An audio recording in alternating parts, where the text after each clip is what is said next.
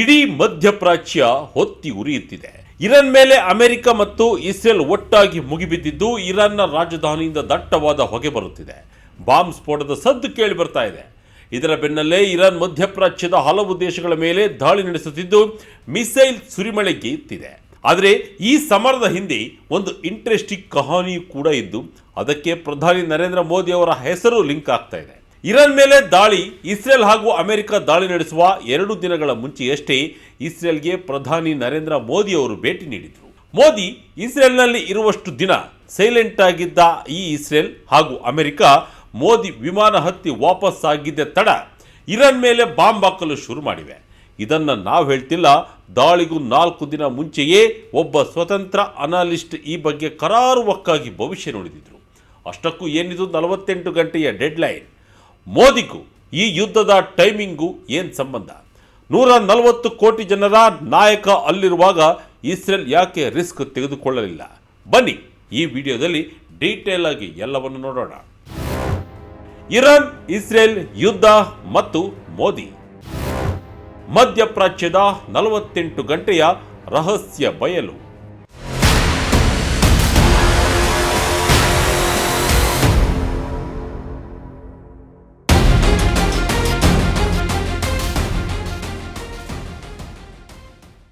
ಹೌದು, ಶನಿವಾರ ಮುಂಜಾನೆ ಇಸ್ರೇಲ್ ಮತ್ತು ಅಮೆರಿಕ ಜಂಟಿಯಾಗಿ ಇರಾನ್ ಮೇಲೆ ದಾಳಿ ನಡೆಸಿವೆ. ಮೊದಲ ದಾಳಿಯೇ ಇರಾನ್ನ ಸುಪ್ರೀಂ ಲೀಡರ್ ಅಯತುಲ್ಲಾ ಅಲಿ ಖಮೇನಿ ಅವರ ಕಚೇರಿ ಹಾಗೂ ಮನೆ ಸಮೀಪದಲ್ಲೇ ನಡೆದಿದೆ. ಅಷ್ಟೇ ಅಲ್ಲ, ಇರಾನ್ನಾದ್ಯಂತ ಹಲವಾರು ಕಡೆ ದಾಳಿ ನಡೆದಿದ್ದು ರಾಜಧಾನಿಯಿಂದ ಹೊಗೆಯಾಡುತ್ತಿರುವ ದೃಶ್ಯಗಳು ಕಂಡುಬಂದಿವೆ. ಇರಾನ್ನ ರಕ್ಷಣಾ ಸಚಿವ ಅಮೀರ್ ಹಟಾಮಿ ಸಾವನ್ನಪ್ಪಿದರೆ supreme leader Khamenei just miss ಆಗಿದ್ದಾರೆ. ಇತ್ತ ಅಮೆರಿಕದ ಅಧ್ಯಕ್ಷ ಡೊನಾಲ್ಡ್ ಟ್ರಂಪ್ ರವರು ಟ್ರೂತ್ ಸೋಷಿಯಲ್ನಲ್ಲಿ ವಿಡಿಯೋ ಸಂದೇಶವನ್ನು ಹಾಕಿ ಅಮೆರಿಕ ಇರಾನ್ ವಿರುದ್ಧ ಪ್ರಮುಖ ಯುದ್ಧ ಕಾರ್ಯಾಚರಣೆಗಳನ್ನು ಆರಂಭಿಸಿದೆ ಎಂದಿದ್ದಾರೆ. ಇರಾನ್ನ ನೌಕಾಪಡೆಯನ್ನು ಸಂಪೂರ್ಣವಾಗಿ ನಾಶ ಮಾಡುವುದು ಮತ್ತು ಅವರ ಕ್ಷಿಪಣಿಗಳನ್ನು ಟಾರ್ಗೆಟ್ ಮಾಡೋದೇ ಈ ಆಪರೇಷನ್ನ ಗುರಿ ಎಂದು ಟ್ರಂಪ್ ಹೇಳಿದ್ದಾರೆ. ಅದಲ್ಲದೆ ಶರಣಾಗಿ ಇಲ್ಲ ಸಾವಿಗೆ ರೆಡಿಯಾಗಿ ಎಂದು ಟ್ರಂಪ್ ಇರಾನ್ ಸೈನಿಕರಿಗೆ ಎಚ್ಚರಿಕೆಯನ್ನು ನೀಡಿದ್ದಾರೆ. ಮೋದಿ ವಾಪಸ್ ಬಂದ ಮೇಲೆ ಸಮರ ಶುರು. ಮರುದಿನವೇ ಶುರುವಾಯಿತು ಬಾಂಬ್ ಸುರಿಮಳೆ. ಇಲ್ಲಿ ಗಮನಿಸಬೇಕಾದ ಅತ್ಯಂತ ಪ್ರಮುಖ ವಿಚಾರ ಅಂದ್ರೆ ಈ ದಾಳಿ ನಡೆದ ಸಮಯ.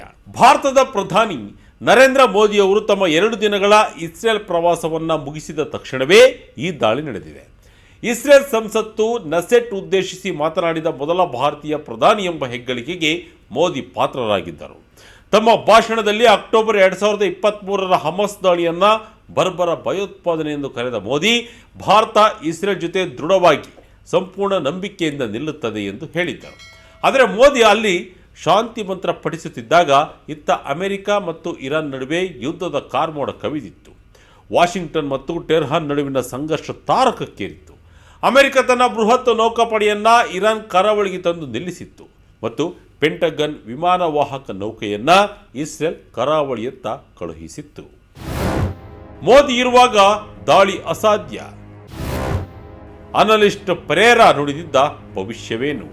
ಮೋದಿ ಭೇಟಿಗೂ ಮುನ್ನವೇ ಇಸ್ರೇಲ್ ಮತ್ತು ಅಮೆರಿಕ ಈ ಸಮಯದಲ್ಲಿ ದಾಳಿ ಮಾಡ್ತಾವ ಅಥವಾ ಮೋದಿಯವರ ಅಧಿಕೃತ ಭೇಟಿಯ ಸಮಯದಲ್ಲಿ ದಾಳಿ ಮಾಡೋದು ರಿಸ್ಕ್ ಅಂತ ಸುಮ್ಮನಿರ್ತಾವ ಅನ್ನೋ ಚರ್ಚೆ ಜೋರಾಗಿತ್ತು. ಆದರೆ ದಿ ಅಸೆಂಟ್ ಬಿಗಿನ್ಸ್ ಪುಸ್ತಕದ ಲೇಖಕ ಹಾಗೂ ಸ್ವತಂತ್ರ ವಿಶ್ಲೇಷಕ ಶನಕ ಅನ್ಸಲ್ ಪರೇರಾ ದಾಳಿಗೂ ಮೊದಲೇ ಒಂದು ಪಕ್ಕ ಲೆಕ್ಕಾಚಾರವನ್ನು ಹಾಕಿದರು.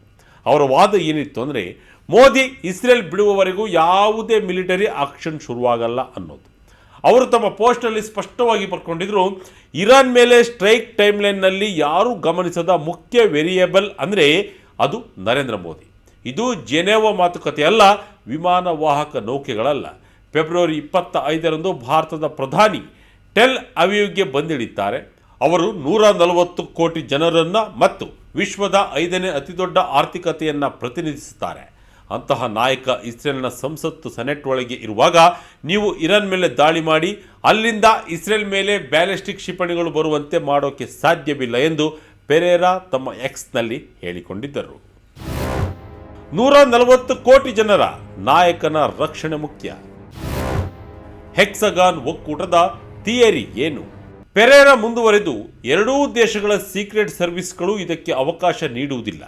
ನೀವು ಶುರು ಮಾಡಿದ ಮಿಲಿಟರಿ ಆಪರೇಷನ್ನಿಂದಾಗಿ ಭೇಟಿ ನೀಡಿರುವ ವಿದೇಶಿ ಗಣ್ಯರಿಗೆ ತೊಂದರೆಯಾದರೆ ಉಂಟಾಗುವ ರಾಜತಾಂತ್ರಿಕ ಅವಘಡ ನೇತನ್ಯಾಹು ಕಟ್ಟಲು ಪ್ರಯತ್ನಿಸುತ್ತಿರುವ ಮೈತ್ರಿಕೂಟವನ್ನೇ ಮುರಿದು ಹಾಕುತ್ತದೆ ಎಂದು ವಿಶ್ಲೇಷಣೆ ಮಾಡಿದ್ದರು. ಮೋದಿಯವರ ಈ ಭೇಟಿಯನ್ನ ಪೆರೇರಾ ಇರಾನ್ ವಿರುದ್ಧದ ಮೈತ್ರಿಕೂಟದ ರಚನೆ ಎಂದು ಬಣ್ಣಿಸಿದ್ದರು. ಮೈತ್ರಿಕೂಟವನ್ನು ಕಟ್ಟುವಾಗ ಅದನ್ನು ಸ್ಫೋಟಿಸಬಾರದು ಅನ್ನೋದು ಅವರ ಲಾಜಿಕ್ ಆಗಿತ್ತು. ಹೀಗಾಗಿ ವಾಸ್ತವಿಕವಾಗಿ ದಾಳಿಯ ವಿಂಡೋ ಓಪನ್ ಆಗುವುದು ಫೆಬ್ರವರಿ 26ರ ಸಂಜೆ, ಅಂದರೆ ಮೋದಿ ಇಸ್ರೇಲ್ ಬಿಟ್ಟ ಮೇಲೆ ಎಂದು ಅವರು ಕರಾರುವಕ್ಕಾಗಿ ಹೇಳಿದ್ದರು. ಅಚ್ಚರಿಯ ಸಂಗತಿ ಅಂದರೆ ಈಗ ನಡೆದಿರುವುದು ಅದೇ. ಮೋದಿ ವಾಪಸ್ಸಾದ ಬೆನ್ನಲ್ಲೇ ಶನಿವಾರ ದಾಳಿ ನಡೆದಿದೆ. ಇಸ್ರೇಲ್ ರಕ್ಷಣಾ ಅಧಿಕಾರಿಯೊಬ್ಬರು ರಾಯ್ಟರ್ಸ್ಗೆ ಹೇಳಿರುವ ಪ್ರಕಾರ ಈ ದಾಳಿಯ ಪ್ಲ್ಯಾನ್ ವಾರಗಳ ಹಿಂದೆಯೇ ರೆಡಿಯಾಗಿತ್ತು. ಆದರೆ ಮೋದಿ ಭೇಟಿ ಮುಗಿಯುವವರೆಗೂ ಕಾದಿದ್ದು ಪೆರೇರಾ ಅವರ ಭವಿಷ್ಯವಾಣಿಗೆ ಸಾಕ್ಷಿಯಾಗಿದೆ. ಇನ್ನು ಪೆರೇರಾರವರು ಹೇಳಿದಂತೆ 48 ಗಂಟೆಯ ಡೆಡ್ಲೈನ್ ಫೆಬ್ರವರಿ 25ರಂದು ಮುಗಿದಿತ್ತು.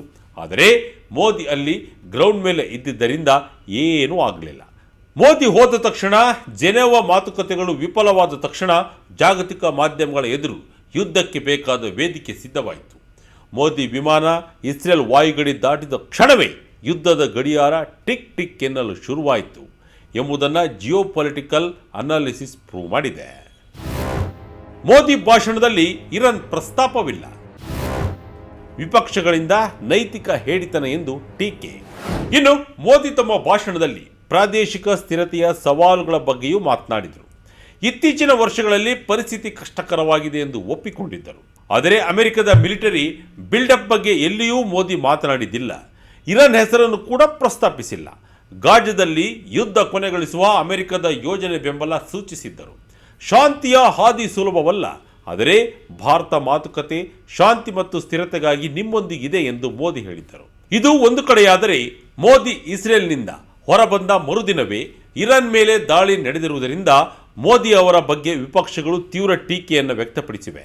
ಕಾಂಗ್ರೆಸ್ ನಾಯಕ ಜೈರಾಮ್ ರಮೇಶ್ ಎಕ್ಸ್ನಲ್ಲಿ ಬರೆದುಕೊಂಡು, ಮೋದಿ ತಮ್ಮ ಇಸ್ರೇಲ್ ಭೇಟಿಯನ್ನು ಸಂಭ್ರಮಿಸಿದ 2 ದಿನಕ್ಕೆ ಇಸ್ರೇಲ್ ಮತ್ತು ಅಮೆರಿಕ ಜಂಟಿಯಾಗಿ ಇರಾನ್ ಮೇಲೆ ದಾಳಿ ನಡೆಸಿವೆ.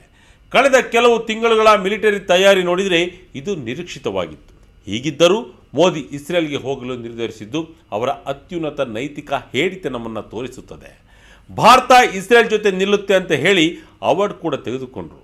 ಮೋದಿಯವರ ಗುಡ್ ಫ್ರೆಂಡ್ಸ್ ಯುದ್ಧ ಶುರು ಮಾಡೋದನ್ನು ನೋಡಿದರೆ ಈ ಭೇಟಿ ನಾಚಿಕೆಡಿನ ಸಂಗತಿ ಎಂದು ಜೈರಾಮ್ ರಮೇಶ್ ಕಿಡಿಕಾರಿದ್ದಾರೆ. ಇರಾನ್ ಪ್ರತಿದಾಳಿ, ಗಲ್ಫ್ ರಾಷ್ಟ್ರಗಳ ಮೇಲೆ ಕ್ಷಿಪಣಿ ಮಳೆ, ಅಮೆರಿಕ ನೆಲೆಗಳೇ ಟಾರ್ಗೆಟ್, ನಡುಗಿದ ದುಬೈ. ಅತ್ತ ಅಮೆರಿಕ ಮತ್ತು ಇಸ್ರೇಲ್ ಇರಾನ್ ನಡುವಿನ ಸುಪ್ರೀಂ ಲೀಡರ್ ಖಮೇನಿ ಅವರ ಕಚೇರಿ ಬಳಿ ದಾಳಿ ನಡೆದಿದ್ದೇ ತಡ. ಇತ್ತ ಇರಾನ್ ರೊಚ್ಚಿಗೆದ್ದಿದೆ. ಕೇವಲ ಇಸ್ರೇಲ್ ಮಾತ್ರವಲ್ಲದೆ ಬಹ್ರೇನ್, UAE ಮತ್ತು ಕತಾರ್ ಮೇಲೂ ಏಕಕಾಲಕ್ಕೆ ಬ್ಯಾಲಿಸ್ಟಿಕ್ ಕ್ಷಿಪಣಿಗಳನ್ನು ಉಡಾಯಿಸಿ ಸೇಡು ತೀರಿಸಿಕೊಂಡಿದೆ. ದುಬೈನಲ್ಲಿ ಭಾರೀ ಸ್ಫೋಟದ ಶಬ್ದ ಕೇಳಿಸಿದೆ ಎಂದು ರಾಯ್ಟರ್ಸ್ ವರದಿ ಮಾಡಿದೆ. ಅಬುಧಾಬಿ, ದೋಹಾ ಮತ್ತು ಸೌದಿಯ ರಿಯಾದ್ನಲ್ಲೂ ಸ್ಫೋಟಕ ಸದ್ದು ಕೇಳಿಬಂದಿದೆ ಎಂದು AFCಗಳು ಹೇಳಿವೆ. ಅಬುಧಾಬಿಯಲ್ಲಿ 2 ನಿವಾಸಿಗಳು ಸ್ಫೋಟದ ಸದ್ದು ಕೇಳಿದ್ದಾಗಿ ಖಚಿತಪಡಿಸಿದ್ದಾರೆ. ಪರಿಸ್ಥಿತಿ ಎಷ್ಟು ಗಂಭೀರವಾಗಿದೆ ಅಂದರೆ, ಮುಂಜಾಗ್ರತಾ ಕ್ರಮವಾಗಿ UAE ತನ್ನ ವಾಯು ಮಾರ್ಗವನ್ನು ಕೆಲಕಾಲ ಸಂಪೂರ್ಣ ಬಂದ್ ಮಾಡಿತ್ತು. ಕತಾರ್ನಲ್ಲಿ ಕ್ಷಿಪಣಿ ಒಂದನ್ನು ಹೊಡೆದುರುಳಿಸಲಾಗಿದೆ ಎಂಬ ಮಾಹಿತಿಯೂ ಇದೆ. ಅಸಲಿ ಆತಂಕ ಇರೋದೇ ಇಲ್ಲಿ. ಅಬುಧಾಬಿಯ ಅಲ್ ದಫ್ರಾ ವಾಯುನೆಲೆ ಮತ್ತು ಕತಾರ್ನ ದೋಹಾದಲ್ಲಿರುವ ಅಲ್ ಉದೀದ್ ವಾಯುನೆಲೆಗಳೇ ಇರಾನ್ನ ಟಾರ್ಗೆಟ್ ಆಗಿತ್ತು ಎಂಬ ಪ್ರಶ್ನೆ ಬಂದಿದೆ. ಯಾಕೆಂದರೆ ಅಬುಧಾಬಿಯ ನೆಲೆಯಲ್ಲಿ ಅಮೆರಿಕದ ವಾಯುಪಡೆ ಇದೆ. ಹಾಗೆ ದೋಹದ ಅಲ್ ಉದೀದ್ ನೆಲೆಯು ಅಮೆರಿಕದ ಸೆಂಟ್ರಲ್ ಕಮಾಂಡ್ನ ಪ್ರಮುಖ ಕೇಂದ್ರ. ಸದ್ಯಕ್ಕೆ ಈ ಅಮೆರಿಕದ ನೆಲೆಗಳ ಮೇಲೆ ನೇರ ದಾಳಿಯಾಗಿದೆ ಎಂಬುದು ಸ್ಪಷ್ಟವಾಗಿಲ್ಲವಾದರೂ ಇರಾನ್ನ ಈ ನಡೆ ಇಡೀ ಗಲ್ಫ್ ಪ್ರಾಂತ್ಯವನ್ನೇ ಯುದ್ಧದ ಭೀತಿಗೆ ದೂಡಿದೆ.